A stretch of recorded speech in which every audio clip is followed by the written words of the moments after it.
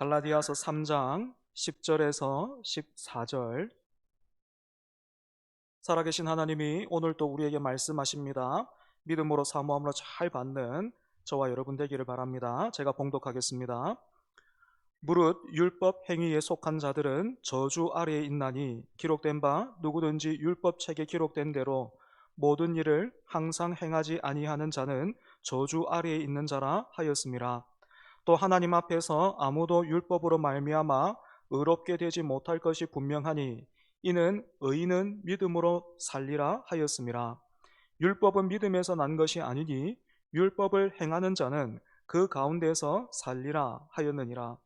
그리스도께서 우리를 위하여 저주를 받은 바 되사 율법의 저주에서 우리를 속량하셨으니 기록된 바 나무에 달린 자마다 저주 아래에 있는 자라 하였음이라.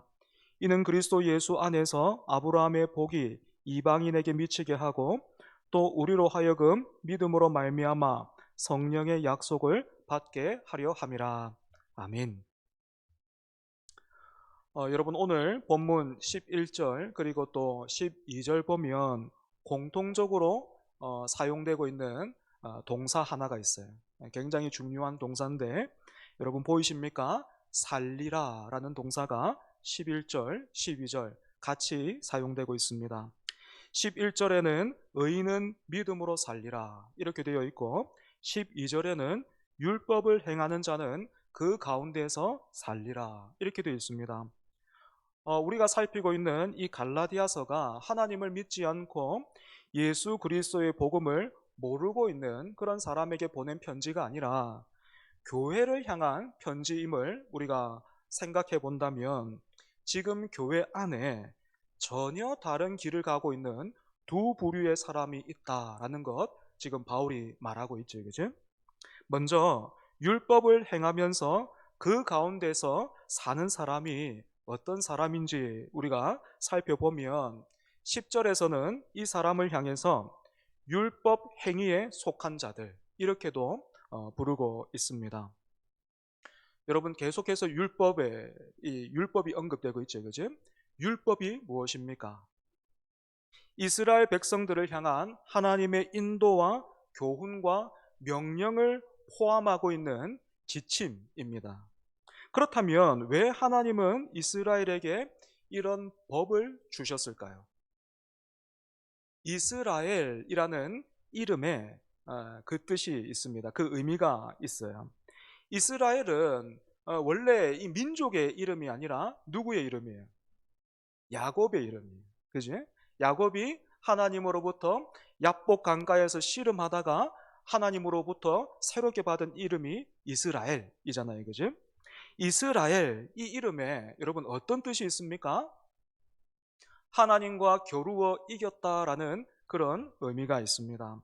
여러분, 하나님과 겨루어 이길 수 있는 사람이 존재할까요? 그런 사람은 있을 수가 없지요. 그죠? 그렇다면 우리는 이 이스라엘이라는 이름을 어떻게 이해해야 하겠습니까? 지독스럽게 말을 안 듣고 좀 부족한 자식이라도 부모는 그런 자녀를 모른 척하거나 버려둘 수 없듯이 하나님이 택하신 백성을 향해서 그러하시다라는 뜻입니다. 때문에 이런 이스라엘에게 율법을 주신 이유도 무엇이겠습니까? 가만히 두면 알아서 잘 살고 또 행복할 수 있는데 그게 보기 싫고 또 배가 아파서 괜시리 발목을 잡으시는 것이 아니라 우리가 자녀들에게 공부 열심히 해라, 또 옷을 똑바로 제철에 맞게 잘 입고 다녀라, 또 말할 때는 생각을 좀 많이 하고 말해라 이렇게 말하는 것처럼 이스라엘이 이스라엘다워져서 이스라엘에게 허락된 복과 영광을 누리게 하기 위해서입니다. 그래서 율법은 선한 거지요. 율법은 선한 것입니다. 하지만 하나님이 주신 이 선한 율법을 통해서 어떤 일이 일어났습니까? 하나님 앞에서 사람이, 그러니까 그 율법을 받은 사람이 얼마나 속속들이 부패했는지 그 민낯이 드러나 버렸어요. 정말 그런지 여러분 같이 한번 확인해 볼까요? 여러분 10계명에서 첫 번째 계명 무엇입니까?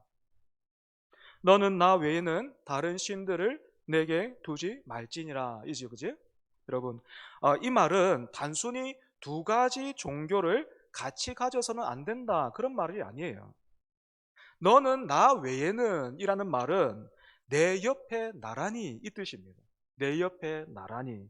다시 말해 하나님 한 분 외에는 어떤 다른 존재도 하나님과 동등한 위치에 두면 안 된다라는 거예요. 두지 말라 하신 겁니다. 때문에 이 계명은 그 무엇보다도 하나님을 사랑하라라는 명령이기도 한 것입니다. 혹시 생각해 보니까 이 첫 번째 계명은 제가 좀 자신이 없습니다. 그러면 뭐 10계명 말씀하셨으니까 한 9개 더 있는 것 같은데 다음 계명은 뭡니까? 내가 아무리 못났어도 10가지 중에서 그래도 한두 개는 지키고 있는 게 있을 수 있으니까 다음 계명이 무엇입니까? 이렇게 생각한다면 여러분 착각하고 계신 거예요. 하나님과 나란하게 다른 것들을 많이 두고 있는 사람이, 그래서 하나님을 사랑하지도 않는 사람이 다른 계명들 어떻게 지킬 수 있겠습니까?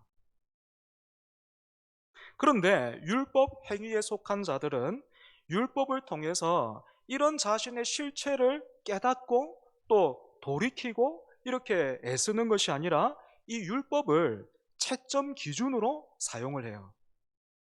유대인이면 이방인들보다 가산점을 받은 것으로 그렇게 생각을 하고, 거기에 일주일에 금식 몇 번 더하면 또 선행과 구제를 더하면 플러스 몇 점, 이렇게 생각하는 것입니다. 그래서 다른 복음으로 교회를 흔들었던 그 거짓 교사들이 갈라디아 성도들에게 주장했던 내용도 무엇입니까? 예수 그리스도의 복음을 듣고 믿은 것은 잘한 것이지만 아직은 점수가 부족하다라는 거예요. 아직은 하나님 보시기에 예쁜 그런 점수로는 아직은 좀 부족하니까 어서 빨리 할례를 받고 율법을 지켜서 우리 유대인처럼 되라. 그래야 기본 점수 채울 수 있다. 이렇게 주장했던 거지. 하지만 여러분, 바울이 갈라디아서에서 이런 거짓 교사를 향해 어떻게 말하고 있습니까? 뭐 그렇게 말하는 사람들도 있어요. 그렇게 생각하는 사람들도 있지요. 사실 할례는 안 받는 것보다 받는 게 좋을 수도 있습니다. 여러분 이렇게 말하고 있지 않고 굉장히 단호하게 갈라디아서 1장에서는 다른 복음은 없다. 다른 복음을 전하는 자들은 저주를 받을지어다. 그리고 오늘 본문에서는 율법에 속한 자들은 저주 아래에 있다. 이렇게 선언하고 있어요. 여러분 그렇다면 율법 행위에 속한 자들이 놓치고 있었고 또 오해하고 있었던 것이 있었다면 무엇일까요? 여러분 본문 10절, 오늘 본문 10절 같이 한번 읽어보겠습니다. 본문 10절입니다. 시작. 무릇 율법 행위에 속한 자들은 저주 아래에 있나니 기록된 대로 모든 일을 항상 행하지 아니하는 자는 저주 아래에 있는 자라 하였음이라. 아멘. 여러분 이 말을 다시 표현해 보면 하나님 앞에는 90점짜리 의인 또는 70점짜리 의인 이런 건 존재하지 않는다라는 것입니다. 여러분 10개의 나무 조각을 가지고요 서로 이어서 물을 담는 그릇 하나 만든다고 여러분 한번 생각해 보십시오. 한 개 이렇게 한 개 이렇게 이어서 10개를 딱 둘러 가지고 이 물을 담는 그릇 하나 만든다고 생각해 보는 겁니다. 그런데 이렇게 다 만들고 보니까 다른 조각들은 길이가 그러니까 높이가 한 30cm 정도 되는데 하나가 10cm 정도밖에 안 돼요. 그러면 여러분 이 그릇은 불량입니까? 아니면 그래도 10조각 중에서 3개가 짧은 그런 그릇보다는 나은 그릇입니까?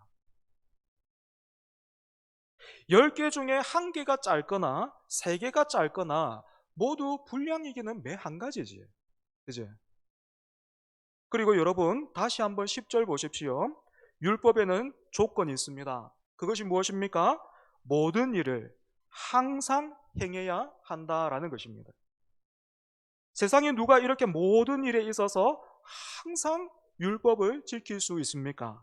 아무도 없지요. 그죠? 불가능한 일이에요. 이것 말고도 율법의 행위에 속한 자들이 놓치고 있었던 것이 무엇입니까? 하나님이 이미 의인은 믿음으로 살리라 이렇게 말씀하셨다라는 겁니다. 여러분, 이 말씀이 어느 날 갑자기 성경에 추가된 겁니까? 그렇지 않다라는 것을 우리는 아브라함을 통해서 살핀 적이 있어요. 유대인들이 우리의 조상이라고 그렇게나 자랑스러워하고 믿음의 조상이라고 불렀던 그 아브라함도 어떻습니까? 할례를 받고 아들 이삭을 하나님 앞에 잡아 바쳐서 의롭다함을 타낸 것이 아니라 할례 받기 훨씬 전에 별을 보이시면서 약속을 확인해 주셨던 그 하나님을 믿었을 때 하나님은 그 믿음을 보시고 아브라함을 의롭다 이렇게 여겨주셨지, 그지? 여러분, 이처럼 갈라디아 교회 안에 두 부류의 사람이 있었는데, 첫 번째는 거짓 교사들과 또 그 사람들에게 속아서 율법을 행하면서 나는 몇 점짜리 정도 된다 이렇게 여기면서 사는 사람이 있었다면, 두 번째 어떤 사람이 있습니까? 의인은 믿음으로 살리라 하신 이 말씀 붙드는 사람이 있었습니다. 여러분, 저는 우리 신앙생활에서 참 중요한 일이, 그리고 또 반드시 있어야 되는 일이 바로 개념 정리라고 생각해요. 개념 정리. 어른들이 아이와 대화를 할 때면 그 어린 아이와 눈높이를 맞춰서 그 아이가 이해할 수 있는 단어와 표현들을 사용해서 이야기를 하는 것처럼 하나님도 우리에게 말씀하실 때 어떻게 하셨습니까?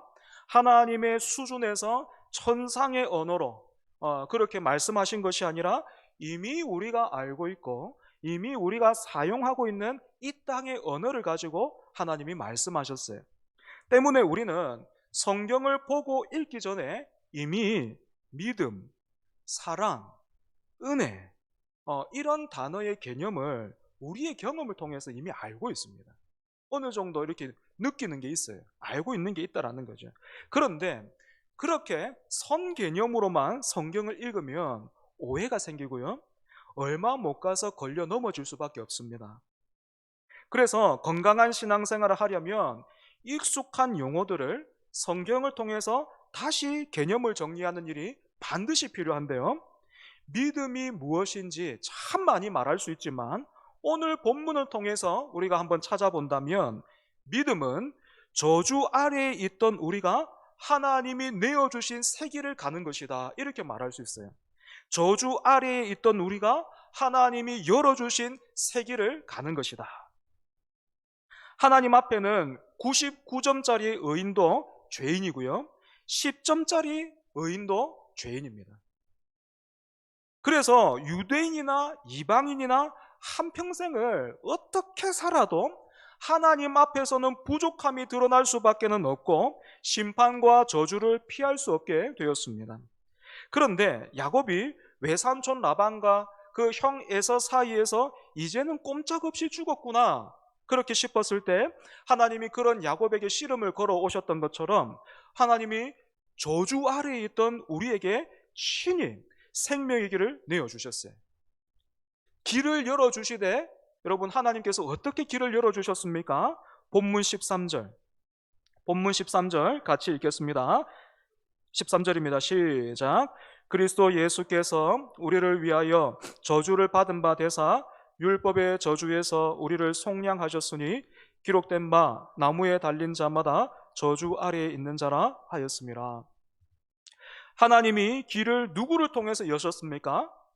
천사 중에 하나를 시키신 것이 아니라 그 외아들 예수님을 우리를 위해서 보내셨습니다. 이렇게 보냄받으신 분께서 무엇을 하셨습니까? 나무에 달려 저주받으셨습니다.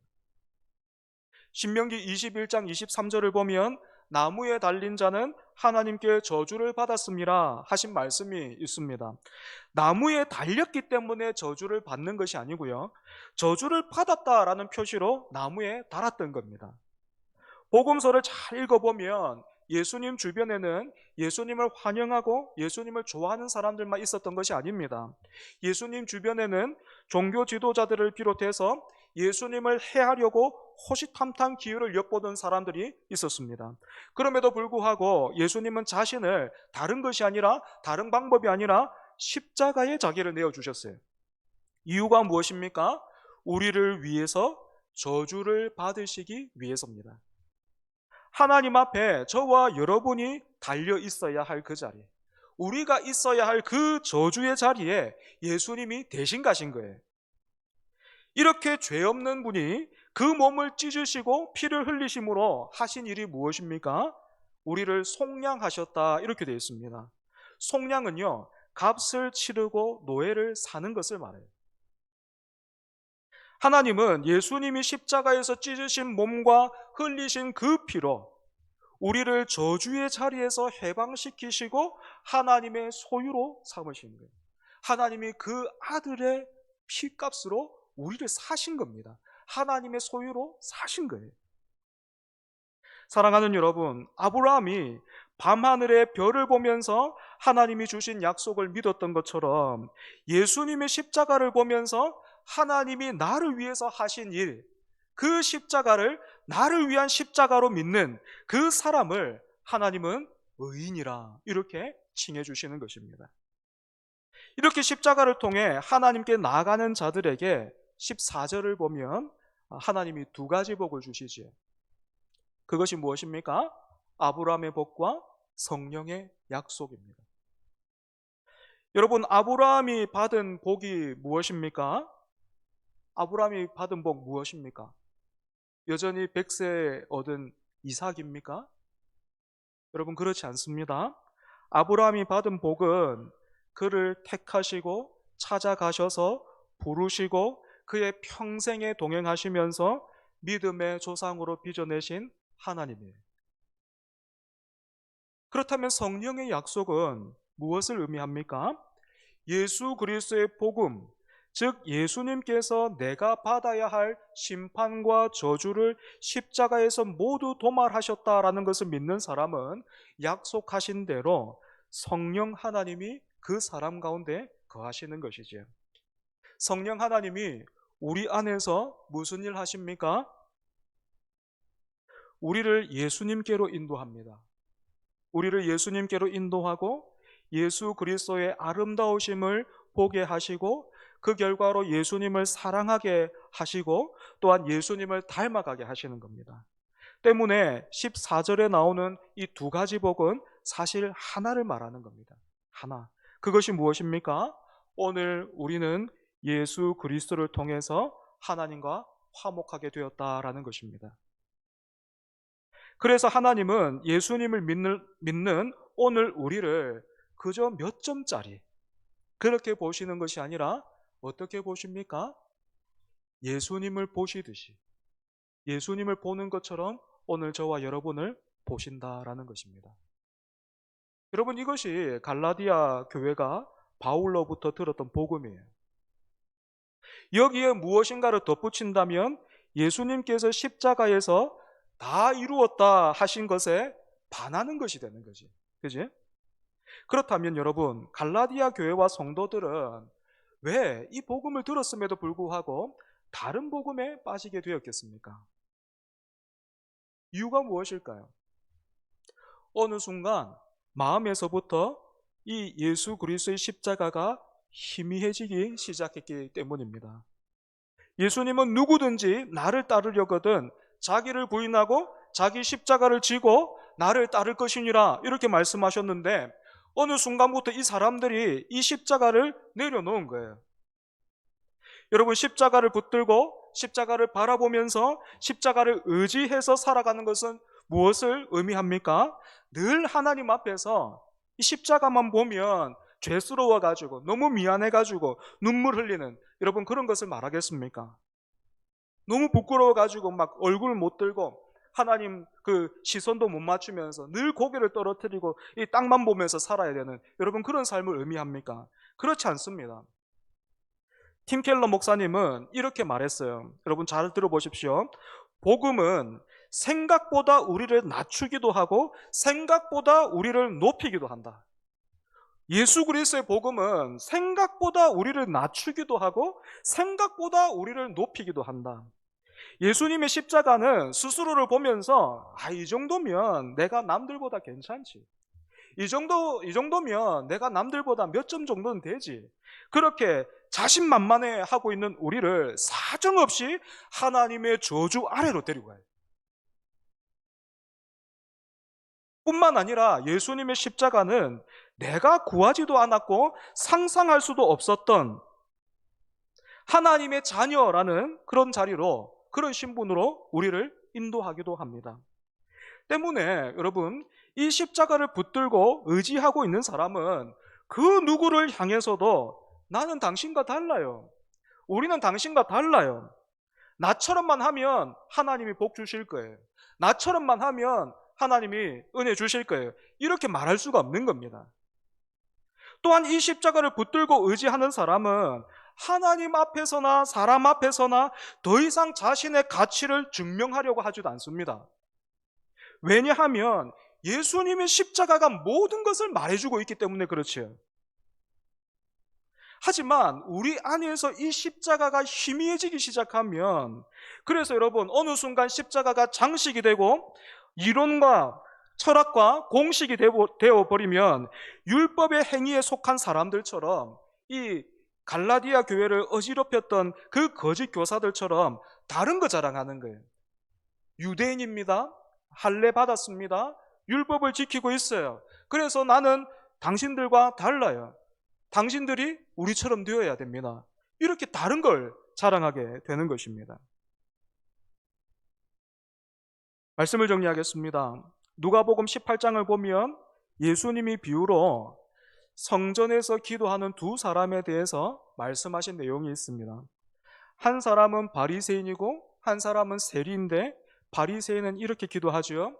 하나님이여, 나는 다른 사람들 곧 토색, 불의, 간음을 하는 자들과 같지 아니하고 이 세리와도 같지 아니함을 감사하나이다.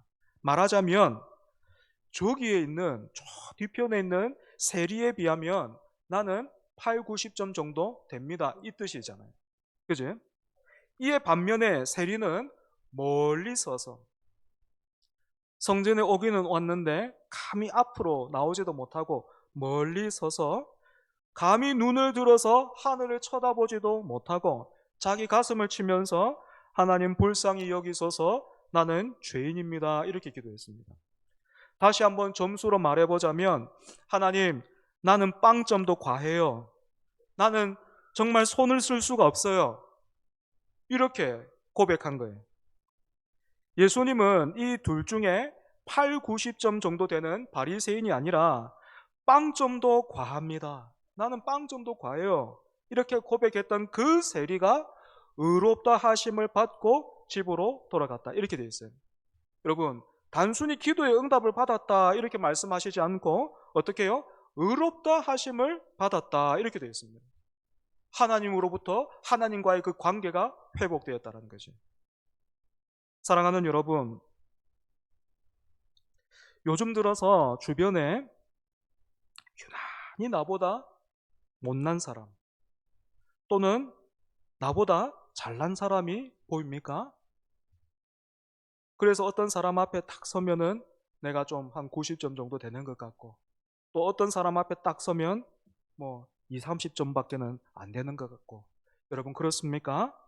여러분, 십자가 붙들어야 합니다. 십자가가 희미해져 있는 거예요. 내가 그래도 남들보다는 좀 나아 보입니까? 남들보다 좀 잘하고 있는 것 같아요? 여러분, 십자가 붙들어야 합니다.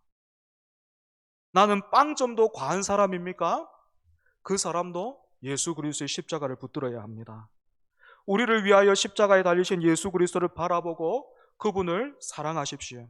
내가 99점짜리가 되는 것이 아니라 나를 위해서 저주가 되신 예수님으로 인해서 기뻐하고 그분을 사랑하는 것, 바로 그것이 여러분 하나님께 우리가 돌려드릴 하나님의 영광을 위해서 사는 거예요. 우리가 1등을 하고 커지고 많아지고 무언가를 많이 들여서 하나님께 영광 돌려드리는 것이 아니라, 하나님께 영광 돌려드리는 것은 하나님이 우리를 위해서 하신 그 일을 통해서 우리가 기뻐하는 거예요. 하나님께서 우리를 위해서 하신 일 중에 최고의 일이 무엇입니까? 예수님을 주신 거예요. 그죠? 예수 그리스도 아닙니까? 그렇기 때문에 우리가 예수님을 바라보면서, 그분을 보면서, 야, 나는 예수님 아니면 정말 죽을 수밖에 없었구나. 저주 아래에 있을 수밖에 없구나.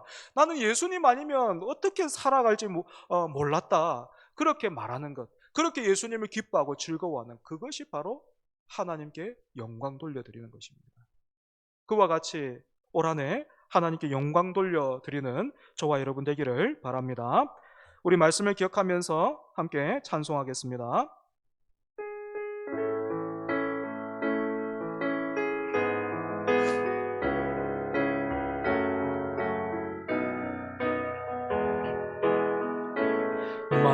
만왕의 왕 내 주께서 왜 고초당했나. 이 벌레 같은 날 위해 그 보혈을 였네. 십자가 내가 처음 볼 때에 나의 맘의 큰 고통 사라져. 오늘 믿고서 내 눈 밝았네. 참 내 기쁨 영원하도다. 주 십자가 못 박힘은 속죄함 아닌가. 그 긍휼함과 그 은혜 말할 수 없고. 십자가 내가 처음 볼 때에 나의 맘의 큰 고통 사라져. 오늘 믿고서 내 눈 밝았네. 참 내 기쁨 영원하도다. 늘 울어도 그 큰 은혜 다 갚을 수 없네. 나 주님께 몸 바쳐서 주의 일 힘쓰리.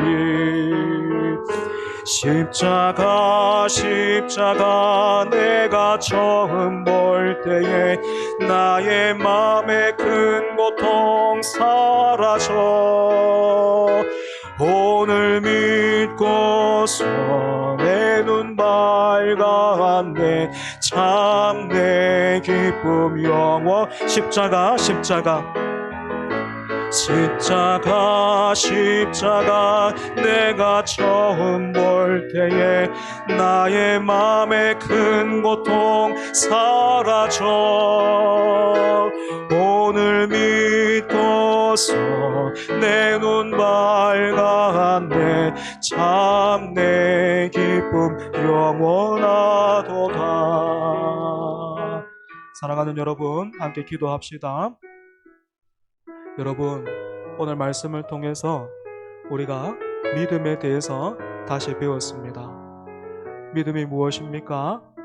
우리가 믿어드리고 내가 원하고 바라는 것 많이 얻어내고 또한 빨리 이루어내는 그것이 아니고, 우리가 저주 아래에 있었음을 알고 그런 저주 아래에 있던 우리를 위해서 하나님께서 그 아들을 통해서 열어주신 그 생명의 길, 그 길 가는 거죠. 그죠? 아브라함이 하늘의 그 별을 보면서 하나님이 하신 그 약속, 하나님이 하신 줄 압니다. 하실 줄 압니다.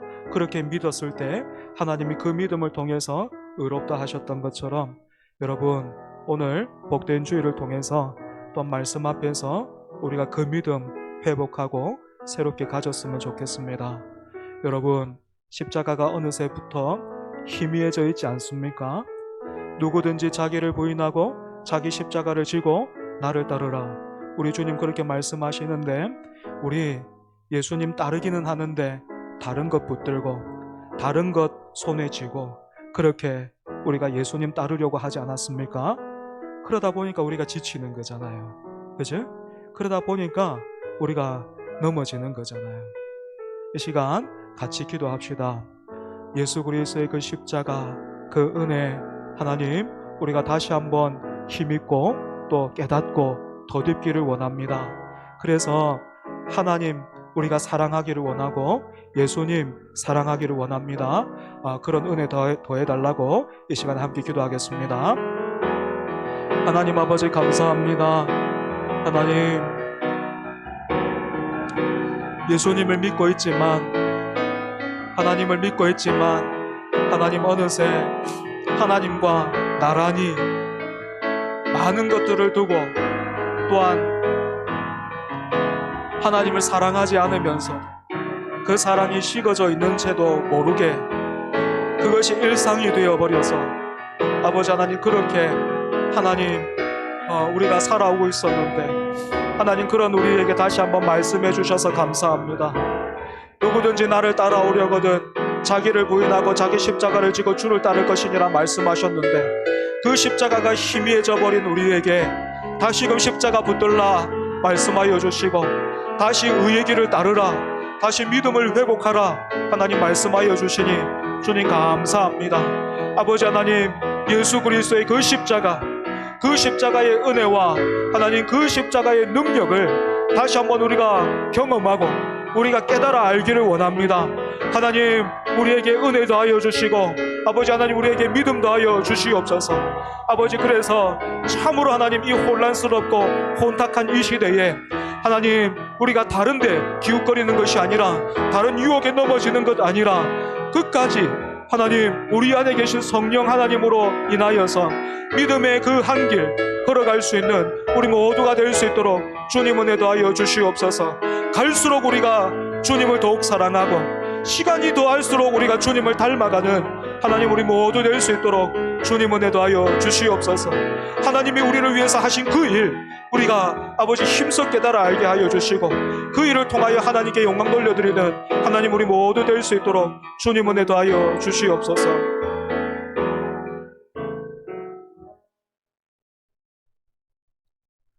하나님, 언젠가부터 예수 그리스도의 십자가가 희미해졌는데 그것도 깨닫지 못할 만큼 오랜 시간 살아왔던 우리들인데, 그런 우리 긍휼히 여기사 다시 한번 말씀으로 찾아오시고 또한 불러주셔서 하나님 감사합니다.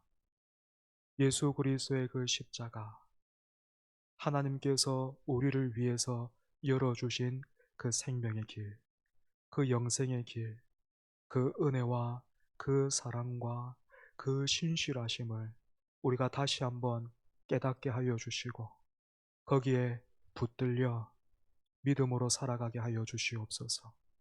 믿음이 우리가 원하고 바라는 것 많이 받아내고 또한 빨리 이루어내는 것이 아니라 하나님께서 열어주신 그 영생의 길, 생명의 길을 가는 것이라 우리가 함께 나누었는데, 하나님, 들은 것으로 그치는 것이 아니라 다시 한번 누구든지 나를 따르려거든 자기를 부인하고 자기 십자가를 지고 나를 따를 것이니라 하신 그 말씀대로 내려놓았던 희미해졌던 그 십자가 다시 우리가 메고 우리를 부인하며 주를 따라가는 하나님, 우리가 되게 하여 주시옵소서.